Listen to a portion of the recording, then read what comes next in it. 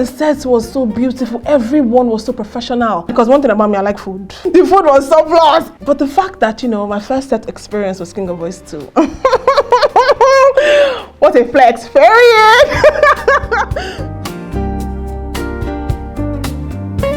Hi, my name is Ejiro Onojaife, also known as Firecracker, and I'm on the seat with ViSTAR.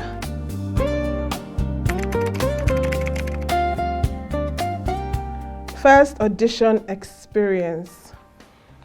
My first audition experience, I think it will have to be in 2019.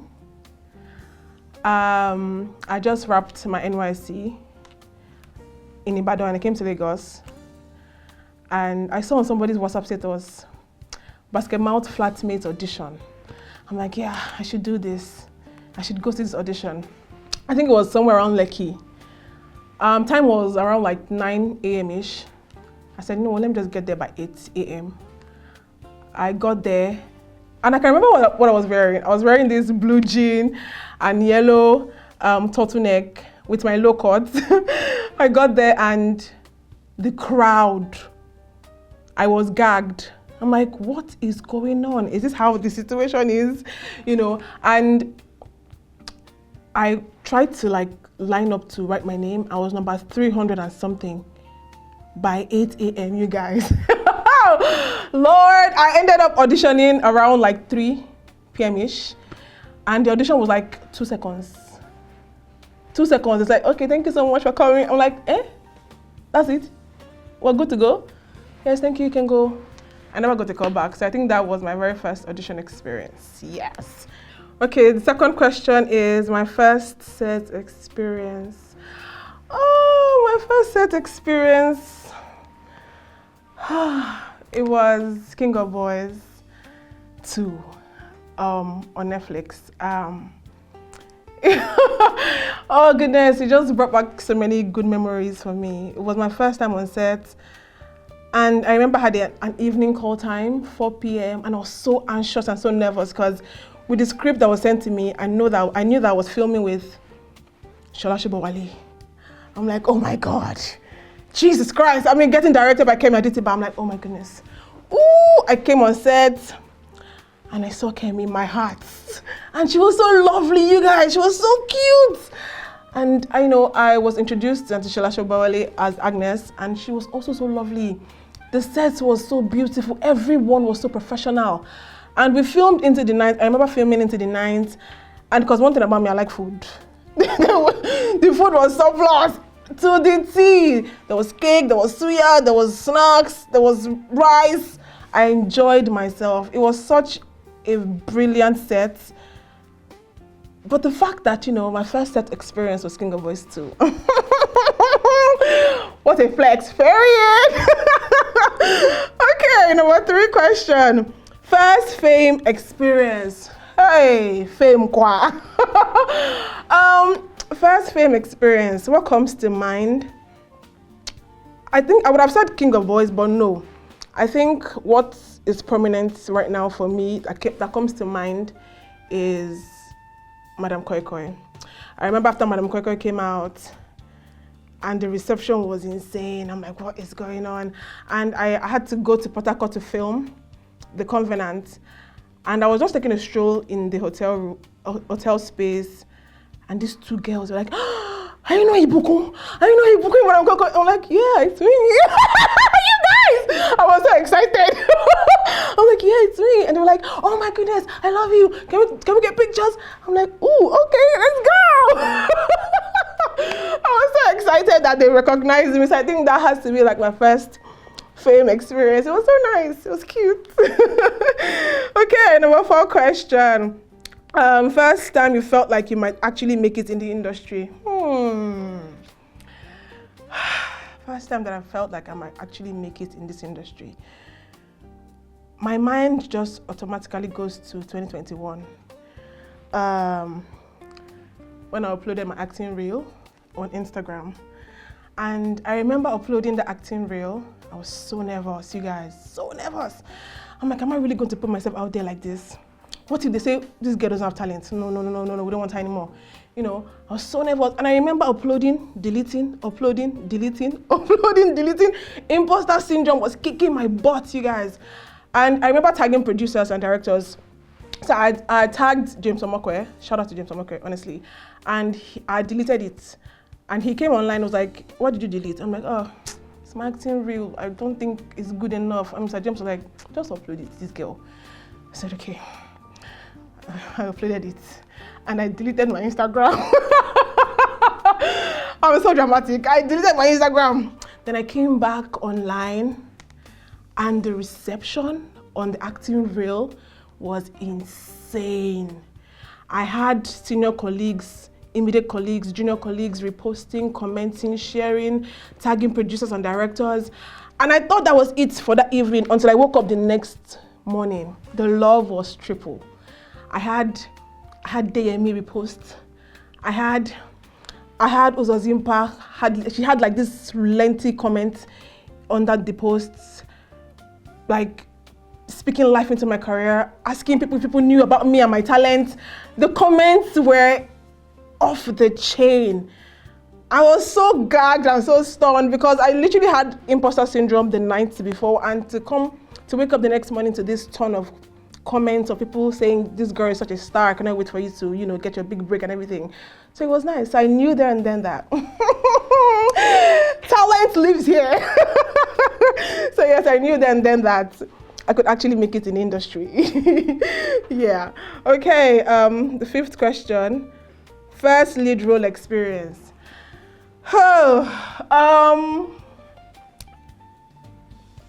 Nothing comes to mind right now. Honestly, I don't think I've ever led like a big budget project before. I'm really looking forward to that. And that being said, Nollywood, what's going on? What are you guys doing? Like, you guys, stop sleeping on me. What's going on? But I know that it is coming. And I know that it's going to be everything I've always imagined and dreamt of. It's going to be huge, it's going to be big. And the first production to book this girl as a leading lady. I'm going to give you guys Jara. Fisi and Jara. So yeah, I'm really looking forward to that. Yes, it's not happening, but very soon. The next question, first embarrassing industry moments.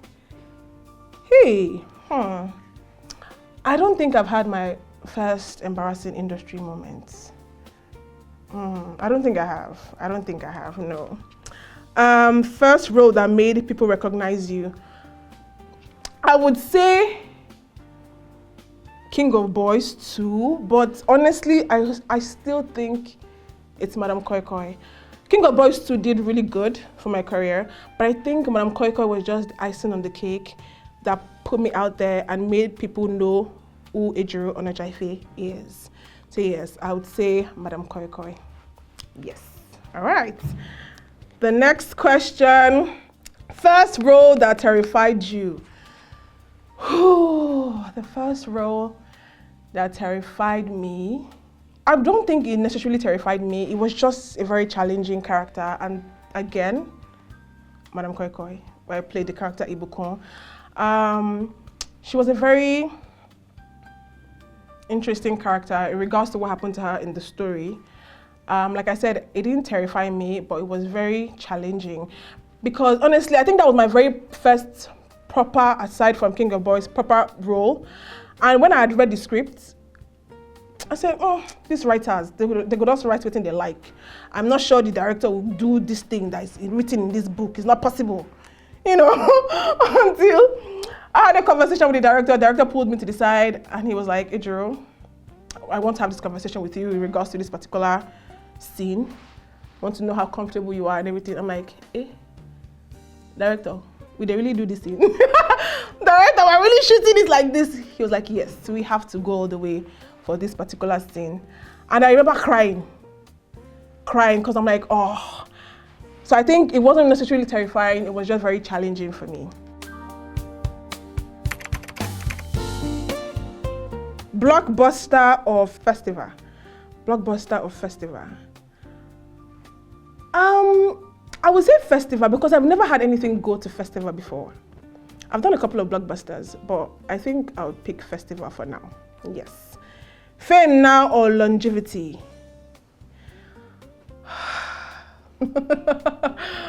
Oh, I want longevity. I love the craft so much and I want to do so much even when I'm 80. So longevity, yes. Risky script or guaranteed hits? I want risky scripts. I like a challenge. Risky script it is. Okay, which character stayed with you long after filming? Oh my goodness, again. I'm sounding like a broken record. But listen, Ibukun in Madam Koi Koi. Like I said, before I filmed this character, before we actually went on set to film, it broke me, you know, because I'm like, I'm only just telling this story. I can only imagine what actual sexual assault victims, what they actually go through. So the character actually stayed with me after filming for a while, but because we filmed in Abeokuta. But the minute I came back to Lagos and was surrounded with family, I was better. So yeah, Ibukun in Madam Koi Koi. Name your top 3 roles and why. Ooh, I've been blessed to tell really interesting characters, you know, and every role and every character that I've been blessed to portray, they have been dear to me. But if I had to pick, my number 3 character would be Annabelle in Behind the Scenes. Why? Because I was bold. It was interesting. And I didn't think I would actually be in a Funke Akindele's production. I mean, it's Funke Akindele. Everybody wants to be in a production. I mean, she's like the big blockbuster cinema hits queen. So it was really nice for me to be a part of that project. And the fact that I was bald, you know, I really looked cute. And also filming with Scarlett. Scarlett is such a brilliant and sweet woman. Uzaroko as well, beautiful man. You know, sharing screen with them was really nice. So yeah, I think number 3 would be Annabelle in Behind the Scenes. Number 2 would be Havoc in Covenant. I really liked playing Havoc because one of my dream role was to, you know, play like an action star, be like an action star. And I thought Havoc was like a badass, you know, guns blazing, she was fighting, knife, you know, so she was such a badass and I enjoyed really playing the character. And also, any work that is taking me outside of Lagos, I enjoy it. Lagos is so stressful, so the fact that we shot in Port Harcourt and like the Port Harcourt experience, it was really nice. And also sharing screen with Zubi, with Uzi, Tokpolo as well, and getting directed by the director was really nice. And number 1, drum roll. I feel like you guys already know the character I'm about to say. Obviously, Ibukun in Madam Koi Koi. Ibukun in Madam Koi Koi like holds a safe space in my heart because, like I said, it brought me a little fame. And also, my very first AMVCA nomination. Somebody say power! You guys, to be 3-4 years in the industry and getting recognized by the AMVCAs was such a big deal for me because I wasn't even expecting that. I didn't see it coming at all. Ibukun really did that for me, and it gave me visibility, not just in the industry, but outside of the industry as well. And, you know, I had so many people that I looked up to in the industry reach out to me and say, girl, you're such a powerhouse, keep going. So yeah, so first, Ibukun in Madam Koi Koi, second, Havoc in Covenant, and third, Annabelle in Behind the Scenes. And you can binge watch all these films in Netflix, okay? Yeah. Okay, next question. What's the hardest no you've had to hear in the industry? Ooh. Oh goodness, we've heard a couple of no's, a lot of no's actually. And I think the one that really hurt me so much that I cried, you guys, I remember crying, it was like in the movies. I was so heartbroken. It was MTV Sugar, the one where Ted and Miss Justified were showrunners. And I remember hearing that they were reaching out to cast for the next season, and nobody reached out to me. I'm like, you know what? If Mohammed doesn't come to Ali, Ali will go to the Mohammed. I'll be happy to talk that line. Anyways, so I reached out to the person casting. I'm like, hi, my name is Ejiro Onojaife. I could send you my show reel. I'd like to audition. I hear you by casting. And she's like, okay, great. Send me your email. She sent me an email. She sent me the sides for the audition. I had auditioned and sent my audition self-tape, and I didn't hear anything from them until like 2 weeks or 3 weeks thereabouts. One evening like that, you guys, I was trying to like sleep. Next thing my friend calls me. It's like, Ejiro, they started reaching out to people. I said, Jesus, really? I refreshed my email so many times. Nothing. I'm like, oh my goodness, please, because I don't know why I really wanted to be in MTV Sugar. I don't know why, but I really wanted to at the time. And I'm like, oh God, please let them just reach out to me. And then the email pops up. It was a rejection email. Oh Lord, I remember I cried. I cried that night. The next day I also cried. So yeah, I think that has to be like the hardest no that I've heard in the industry. Next question. Have you ever wanted to quit? If yes, what has kept you going? Oh my goodness. Woo! Have I ever wanted to quit? Yes, many times. Many times. And one that I can vividly remember was after I shot Domitila in 2023, if I'm not mistaken. It was my very first cinema debut, and I was so excited. I'm like, yes, let's go. We're about to make it big in the industry. We're about to become working actors. Let's go. So excited. The premiere came. It went on in the cinemas, and it left, and you guys, grave silence. My phone wasn't ringing. I wasn't getting email. I wasn't getting auditions. I wasn't getting invited to come for closed reading. I'm like, what's going on? 3, 4, 5 months. I didn't shoot nothing. I'm like, yeah, this industry is not for me. I contemplated even jackpotting. And I remember reaching out to Mimi Batel, bless Mimi Batel's heart. I remember reaching out to her. I'm like, Mimi, I don't think this industry is for me. Like 5 months and I haven't worked, nothing. Yeah, I should jackpot. Because my sister also wanted me to like leave the country as well. So I'm like, you know what? Maybe this is God's plan for me to leave the country. And Mimi was like, Ejiro, just give it 1 more year. Ejiro, just give it 1 more year. So I'm like, I really don't know if I really wanted to continue this industry anymore. Mimi was like, Ejiro, just give it another year. And Mimi sent me a reel on Instagram, something about the train will always come back. It was such a very refreshing reel to watch at the time. And I'm like, okay, you know what? Let me just give it 1 more year. Give it 1 more year. And we're here now. The industry is very tough, no doubt, but we're pushing. And I think what has kept me going is the people that truly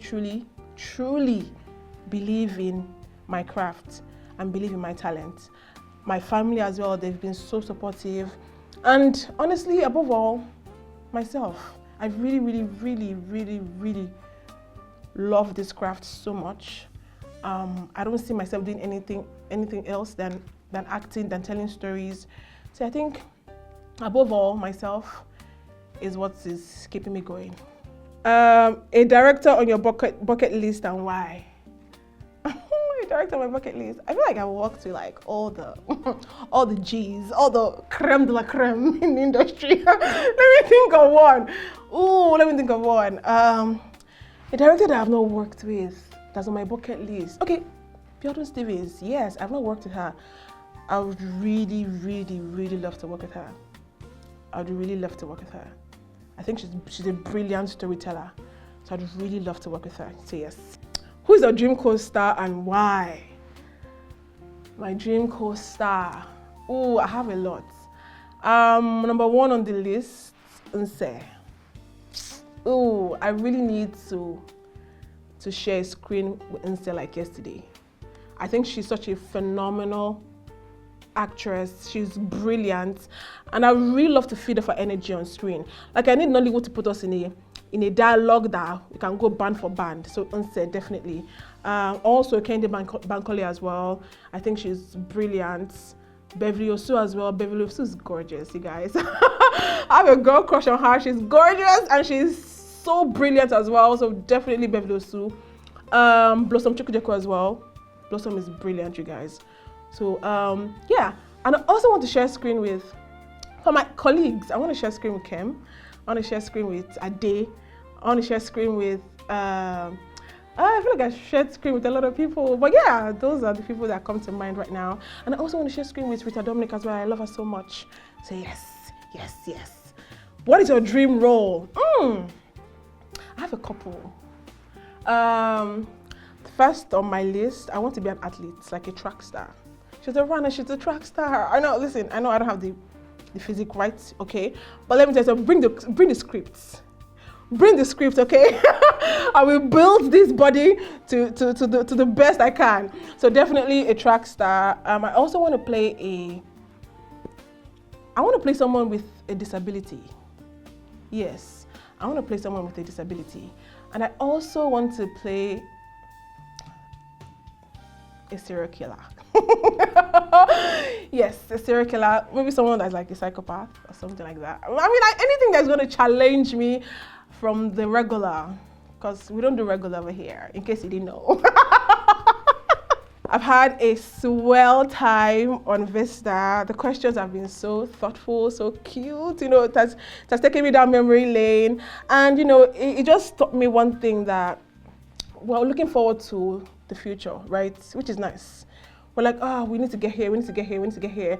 And, you know, we're not grateful enough for how far we've come. And these questions are really taking me down memory lane. And I'm so grateful for how far I've come. I'm so grateful. There's so much more. There's so much more. And I'm so thankful to people that have taken a chance on me. Yeah, I'm just very excited about the possibilities of the future. So my name is Ejiro Onojaife, also known as Firecracker, and I've been on the seat of ViSTAR, and I've had an amazing, swell sell time on this seat. You can currently check my project on Netflix, Blood Sisters, where I play the character Lexi.